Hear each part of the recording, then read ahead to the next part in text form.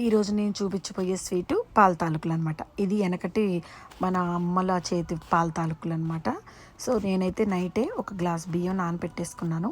తర్వాత ఒక చిన్న గ్లాసు సగ్గుబియ్యం కూడా నానబెట్టాను అనమాట. మార్నింగ్ శుభ్రంగా కడిగేసి ఆ పిండినంతా మిక్సీలో వేసేసి పిండి అయితే కొట్టేశాను. ఈలోపు పొయ్యి మీద సగ్గుబియ్యం పెట్టా ఉడుకుతూ ఉంటాయి. ఇప్పుడు ఆ పిండి కలుపుకోవడానికి మనం ఆ పిండిలో కొంచెం షుగర్ అనేది యాడ్ చేసి అది కూడా పిండి పట్టేసి మిక్సీలో పట్టేసి పిండిలో కలిపేసుకోవడమే. వేడి నీళ్ళతో కలుపుకోండి, అప్పుడే మనకు పాల తాలూకులు మంచిగా వస్తాయి అన్నమాట. ఇప్పుడు సగ్గుబియ్యం ఉడికిపోయి దాంట్లోకి ఒక గ్లాస్ పాలు అయితే యాడ్ చేశాను. ఇప్పుడు పాల తాలూకులు ఉడుకుతూ ఉంటాయి అన్నమాట. అది సగ్గుబియ్యం. తర్వాత దాంట్లోకి మనం పాల తాలూకులు అయితే రెడీ చేసుకుందాము.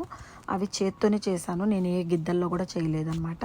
సో చేత్తోనే చేసుకొని పక్కన పెట్టేసుకున్నాను. ఇప్పుడు పాలు మసులుతూ ఉన్నప్పుడే ఈ పాల తాలూకులు కూడా అందులో వేసేస్తే ఉడుకుతూ ఉంటాయి అన్నమాట.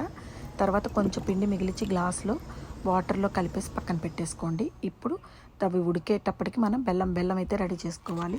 సో బెల్లం అయితే మొత్తం కొట్టేసి వాటర్లో అయితే పోసి కాకపెడుతున్నాను అనమాట. కొంచెం మసిలితే చాలు, పాకాలు ఏం అవసరం లేదు. సో ఇప్పుడు పాకం అయిన తర్వాత దీంట్లో కొంచెం ఇలాచీ పౌడర్ కూడా వేసేసి పాకం తీసి అందులో పోయొచ్చు. ఈ లాస్ట్లో మనం పిండి కలుపుకున్నాం కదా, ఆ పిండిని కూడా ఇప్పుడు వాటిల్లో పోసేయాలన్నమాట పాలల్లో. ఇప్పుడు మొత్తం కలిపి పాకం పోసేటప్పుడు పొయ్యి బంద్ చేసేయండి, లేకపోతే పాలు ఇరిగే ఛాన్సెస్ ఉంటుంది. సో పాకం కూడా అందులో పోసేసాక మంచిగా ఆ వేడి పొయ్యి మీదనే ఉంచి బాగా కలపెట్టేసేస్తే పాల తాలూకులు రెడీ అయిపోతాయి అన్నమాట.